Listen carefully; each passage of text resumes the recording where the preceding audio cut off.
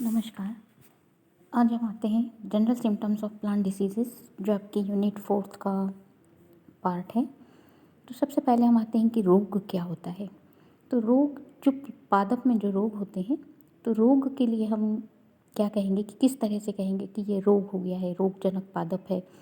तो रोग उसको कहेंगे जो पादप में फिजियोलॉजिकल चेंजेस से विकार उत्पन्न करता है। मतलब पादप में विकार उत्पन्न होते, फिजियोलॉजिकल चेंजेस होंगे, उससे विकार उत्पन्न होंगे, तो उसको हम कहेंगे रोग, प्लांट डिसीज़ कहेंगे। अब उनके सिम्टम्स क्या क्या हैं, हम किस आधार पर कहेंगे कि ये प्लांट में डिसीज़ हो गई है। तो पैथोजन के सफलतापूर्वक पेनिट्रेशन के कारण होस्ट में अनेक फिजियोलॉजिकल चेंजेस होते हैं, जिसके कारण से उसकी एनाटॉमिकल, मॉर्फोलॉजिकल लक्षण प्रभावित होते हैं, और इन लक्षणों के आधार पर ही हम पैथोजेनिसिटी का अनुमान लगाते हैं, और इनको हम कहते हैं डिसीज़ सिम्टम्स। और कुछ रोगों के लक्षण हमको विजिबल होते हैं, और कुछ के लक्षण हमको विजिबल मतलब एकदम से पता नहीं चलती कि ये किसी पैथोजन का अटैक हुआ है प्लांट पर।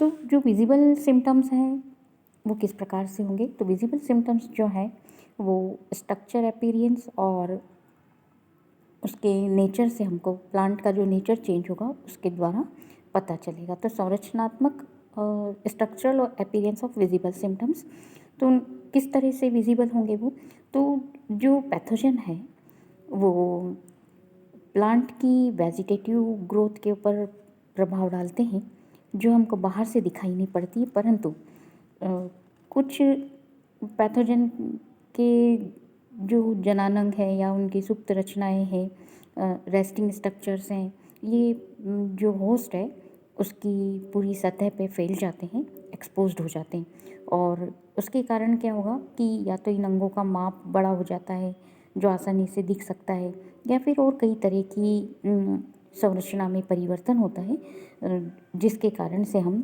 इनको पहचान सकते हैं कि ये प्लांट डिसीज्ड है। तो वो जो लक्षण है वो किस प्रकार से हमको दिखाई देते हैं। तो सबसे पहले हम आते हैं मिल्ड्यू।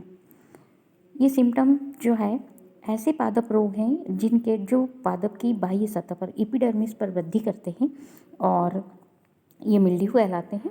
और परपोषी की सतह पे इनके या तो जो सॉफ्ट स्टेम है या फिर उनके फल हैं, उनके ऊपर पत्तियां हैं, जो उन पत्तियों पर या सॉफ्ट स्टेम है उन पर या फलों पर सफ़ेद, स्लेटी या भूरे बैंगनी कलर के धब्बे के रूप में प्रकट होते हैं।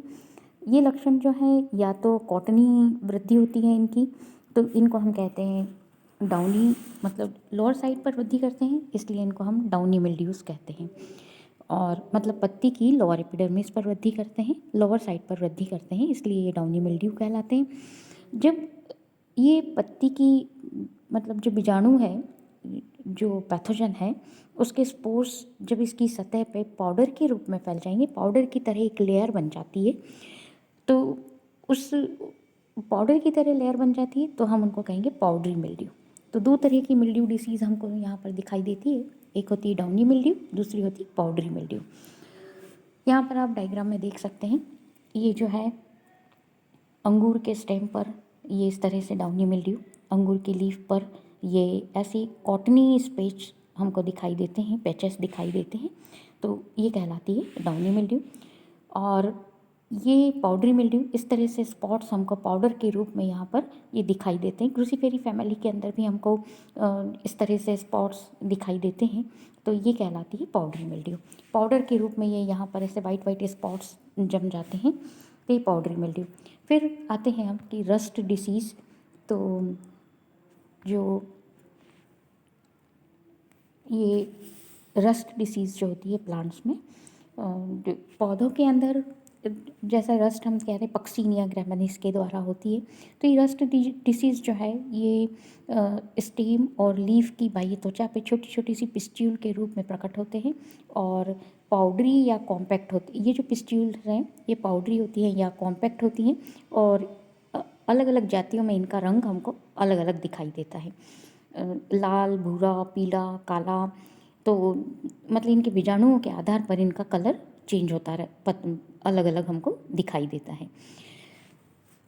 इसके बाद स्मट डिसीज़। तो स्मट रोग जो है वो पौधों के जो प्रभावित अंग हैं, ये ज़्यादातर प्रभावी अंग जो हैं उनके उनमें जो बीजाणु बन जाते हैं तो वो बिल्कुल सूटी पाउडरी मांस के समान दिखाई देते हैं और बैंगनी काले कलर के बीजाणु बन जाते हैं और ये ज़्यादातर जो है वो पुष्पी भागों पर अटैक करते हैं, इन्फ्लोरेसेंस पे ही ज़्यादातर अटैक करते हैं। यहाँ पर आप देख सकते हैं कि ये रस्ट डिसीज़ है।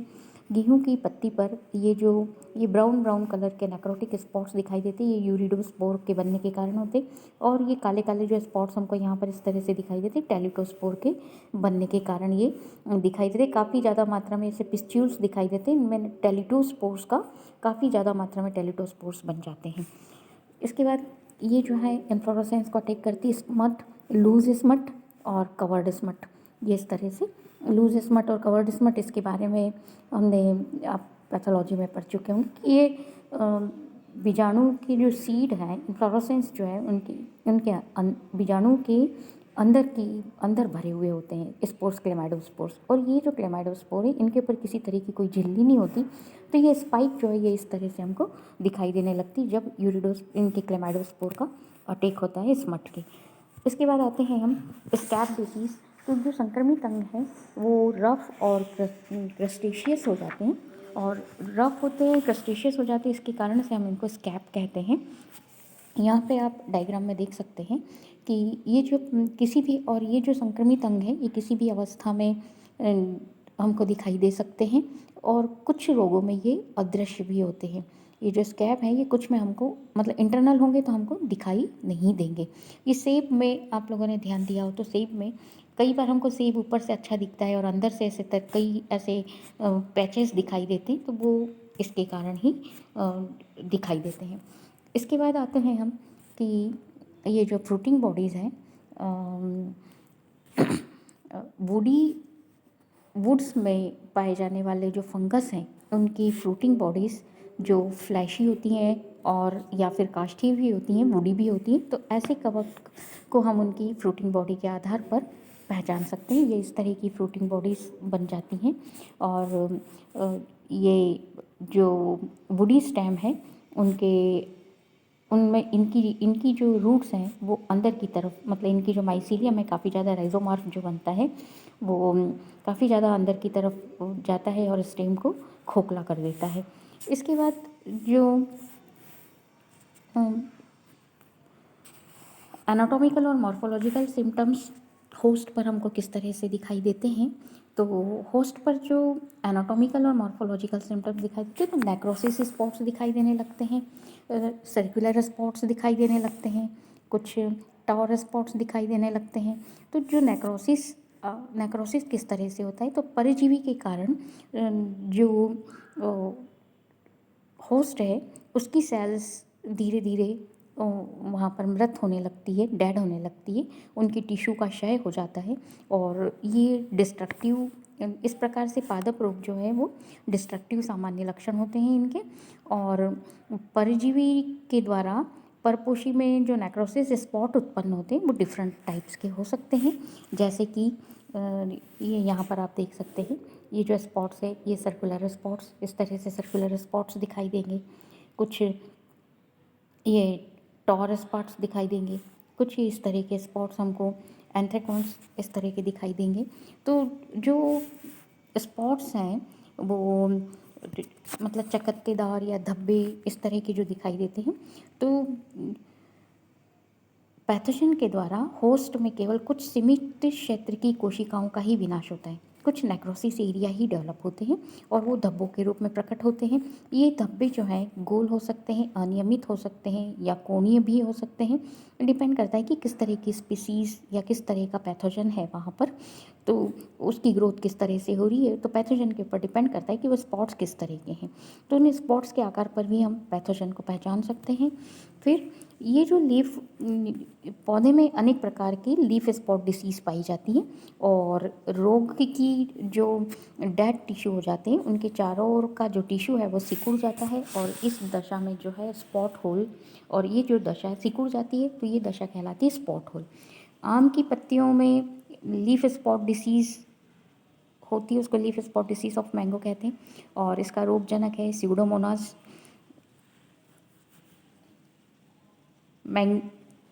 मैंजीफेरिडेंस। तो स्यूडोमोनास मैंजीफेरिडेंस के द्वारा ये डिसीज़ होती है।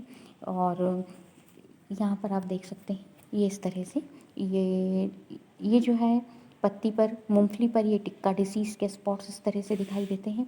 ये सर्कुलर स्पॉट्स इस तरह से, ये आलू में ब्लाइट डिसीज़ जो होती है उनमें ये इस तरह से सर्कुलर स्पॉट्स लीफ में दिखाई देते हैं। इसके बाद स्ट्रीप्स एंड स्ट्राइप्स, या फिर हम इसको स्ट्रीक धारियाँ या रेखाएं भी कहते हैं। तो कुछ रोगों के लक्षण जो है लंबी लंबी रेखाएं और धारियों के रूप में प्रकट होते हैं। तो ये धारियाँ प्रायः भूरे रंग की होती हैं, और जौ पर ये इस तरह से डिसीज़ होती है, इसको हम कहते हैं स्ट्राइप डिसीज़ ऑफ बार्ली, और हेलमिंथेस्पोरियम के द्वारा ये डिसीज़ होती है। यहाँ पर ये डायग्राम में आप देख सकते हैं, ये इस तरह से धारियाँ उत्पन्न हो जाती हैं पत्तियों पर।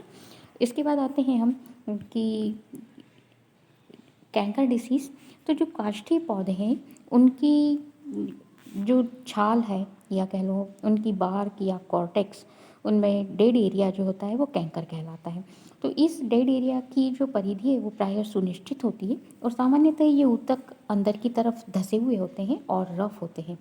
और ये जो कैंकर होते हैं, ये फ्रूटिंग बॉडी कैंकर की सतह के तोड़कर बाहर आ जाती है। जैसे साइट्रस कैंकर में हमको इस तरह के लक्षण दिखाई देते हैं, और ये बैक्टीरिया ज़ैंथोमोनास सिट्राई के द्वारा दिखाई देता है। तो ये यहाँ पर आप देख सकते हैं, ये कैंकर, इसके फ्रूट्स पर भी आप लोगों ने देखा हो तो नींबू के ऊपर ऐसे ब्राउन ब्राउन कलर के ऐसे उभरे हुए से स्पॉट्स दिखाई देते हैं। ये ज़ैंथोमोनास सिट्राई के कारण ये स्पॉट्स हमको दिखाई देते हैं। इसकी लीफ को भी अटैक करते हैं, स्टेम को भी अटैक करते हैं, और फ्रूट को भी अटैक करते हैं। इसके बाद आते हैं ब्लाइट डिसीज़। तो जब रोग के लक्षण कुछ ऐसे जले हुए अंगों के रूप में प्रकट होते हैं तो उसको हम कहते हैं ब्लाइट डिसीज़। और ये जो ब्लाइट डिसीज़ है, ये कोलकेसिया की पत्ती में इस तरह से लक्षण दिखाई देते हैं। और ये जो है पौधे में जो इसकी पत्ती, फ्लावर और शाखा में आकस्मिक रूप से विनाश से विकसित होते हैं, और ये इस तरह के हमको स्पॉट्स दिखाई देते हैं। ये पत्ती में आप देख रहे हैं, ये इस तरह के स्पॉट्स हमको दिखाई देते हैं, और जिससे पत्तियाँ, ये जो प्रभावित भाग है वो काला होने लग जाता है, और यहाँ पर जो ये काले पड़ने लगते हैं और तुरंत विघटित होने लग जाते हैं। जैसे आलू में लेड ब्लाइट ऑफ पोटैटो, जो इसका पैथोजन है वो Phytophthora infestans. Leaf blight of wheat, इसमें अल्टरनेरिया टेन्यूइस के द्वारा ये रोग होता है। इसके बाद आते हैं हम डंपिंग ऑफ जो है। तो डंपिंग ऑफ हम किसको कहते हैं कि जब पैथोजन का आक्रमण स्टेम के आधारी भाग पे मिट्टी की सतह के समीप होता है। इस डंपिंग ऑफ जो सिम्टम्स है उसके अंदर मिट्टी की सतह के समीप होगा, स्टेम पे अटैक होगा, और प्रभावित अंग जो है सिकुड़ जाता है। और सिकुड़ने के कारण क्या है, वो कमज़ोर हो जाता है, जिसके कारण से वो पौधे का बहार सहन नहीं कर पाता है। जैसे अब ये जो किसके द्वारा होता है, तो पाइथियम, फ्यूजेरियम, फाइटोप्थोरा, इनके द्वारा डंपिंग ऑफ डिसीज़ होती है। ये यहाँ पर आप देख सकते हैं कि ये इस तरह से, ये यहाँ पर इस तरह से ये अटैक होता है, और ये धीरे धीरे ये इस तरह से फैल जाता है, और ये भार पौधा सहन नहीं कर पाता है। और जब भार सहन नहीं कर पाएगा पौधा, तो ये इस तरह से यहाँ पर ये धीरे धीरे यूँ करके झुक जाएगा और ये डेड हो जाता है। इसके बाद आते हैं हम कि जो हाइपरट्रॉफी एंड हाइपरप्लेशिया। तो हाइपरट्रॉफी जैसा नाम है कि एबनॉर्मल वृद्धि के कारण होती है। ये सब पौधे की किसी भी भाग की एबनॉर्मल वृद्धि हो जाती है, या पौधे का या उसका संपूर्ण पौधा या फिर उसके किसी भाग की एबनॉर्मल वृद्धि हो जाती है, जिससे कि कोशिकाओं, सेल्स जो है उसकी माप में, आकार में वृद्धि हो जाती है, और अनियमित विभाजन से उनकी संख्या में वृद्धि हो जाती है, और इसको हम कहते हैं हाइपरट्रॉफी। हाइपरट्रॉफी जो है, ये जो अतिवृद्धियाँ हैं हाइपरट्रॉफी, ये कुछ हमको इस प्रकार से दिखाई देती हैं गॉल्स के रूप में, और जिसके कारण से लीफ कर्ल डिसीज़ भी हो सकती है। तो गॉल्स के रूप में सबसे पहले हम आते हैं, तो ये पौधों के प्रभावित भागों में विकसित गोल, लंबे और अनियमित आकार की मेलफॉर्मेशन या फिर आउटग्रोथ होती हैं।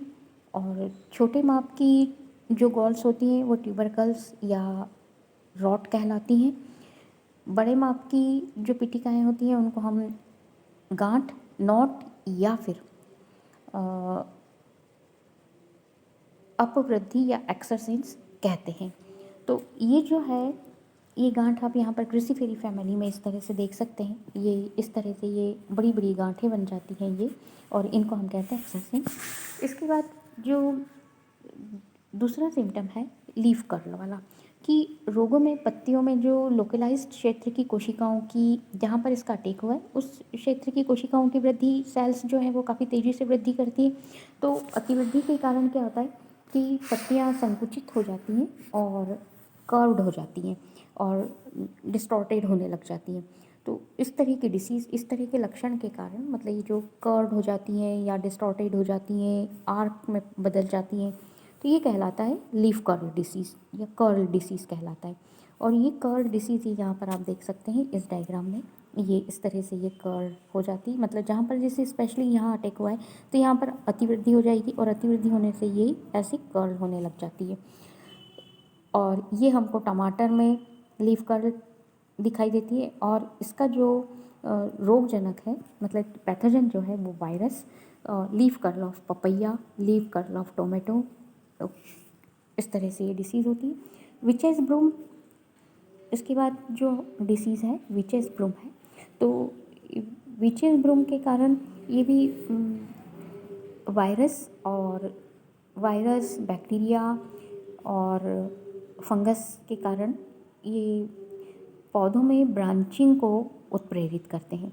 और मतलब जो सीमित जो ब्रांचिंग होती है, तो यहाँ पर काफ़ी सारी ब्रांचों का शाखाएं जो केवल सीमित अंगों में ही विकसित, मतलब जहाँ पर पैथोजन का अटैक होता है वहीं पर ब्रांच काफ़ी ज़्यादा मात्रा में ब्रांचिंग हो जाती है, जिसके कारण वो अत्यधिक शाखन होने के कारण वो क्षैतिज रूप से नहीं खड़ी रह पाती हैं और वो इरेक्ट, क्षैतिज ना होकर इरेक्ट हो जाती। सामान्य शाखाओं के समान वो मतलब ऐसे क्षैतिज ना रहकर और इरेक्ट मतलब ऊर्ध्व हो जाती हैं। तो ये कहलाता है रोग विचेस ब्रूम। इसके बाद फ्लोरल एबनॉर्मलिटीज़ जो है, एल्बुगो कैंडिडा के संक्रमण से पुष्पीय भागों में एबनॉर्मल वृद्धि हो जाती है, जिसके कारण से ये फ्लैशी और पत्तियों के समान, फ्लोरल भाग जो है वो फ्लैशी और पत्तियों के समान हो जाते हैं। ये यहाँ पर आप देख सकते हैं कि ये जो मूली, ये एक रेडिश का स्ट्रक्चर है। तो ये यहाँ पर इसके अंदर फ्लोरल पार्ट जो ऊपर की तरफ होगा, मूली नीचे की तरफ होती है, जो फ्लोरल पार्ट्स हैं उनमें इस तरह से वाइट पिस्ट्यूल्स भी डेवलप हो जाते हैं। और ये हाइपरट्रॉफी होने के कारण ये फ्लावर्स इस तरह से फ्लैशी हो जाते हैं इसके। तो ये सारी जो है ये डिसीज़ सिम्टम्स हैं कि पौधों में किस तरह से हम पहचान सकते हैं कि उनमें रोग किस तरह से हुआ है। तो ये सारे सिम्टम्स हैं, जनरल सिम्टम्स हैं प्लांट्स में फंजाई, बैक्टीरिया और वायरस के द्वारा होने वाले रोगों के। धन्यवाद।